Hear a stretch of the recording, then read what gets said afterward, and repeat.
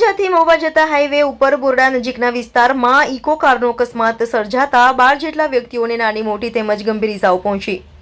ભાવનગર જિલ્લાના તળાજાથી મહુવા જતા હાઈવે ઉપર આજે ગંભીર અકસ્માત થયો હતો। આ બનાવની આજે સાંજના 5:30 કલાકે જાણવા મળતી વિગતો મુજબ તળાજાથી મહુવા જતા હાઈવે ઉપર બોરડા ગામથી પસવી વચ્ચેના વિસ્તારમાં પેટ્રોલ પંપ પાસે ઇકો કારનો અકસ્માત થયો હતો અને અકસ્માતની ઘટનામાં 12 જેટલા વ્યક્તિઓને નાની મોટી તેમજ ગંભીર ઇજાઓ થતા તમામને તળાજા હોસ્પિટલ ખસેડવામાં આવ્યા હતા, જ્યાં અમુકને વધુ સારવારની જરૂર જણાતા ભાવનગર રિફર કરવામાં આવેલ હોવાનું પણ જાણવા મળ્યું હતું।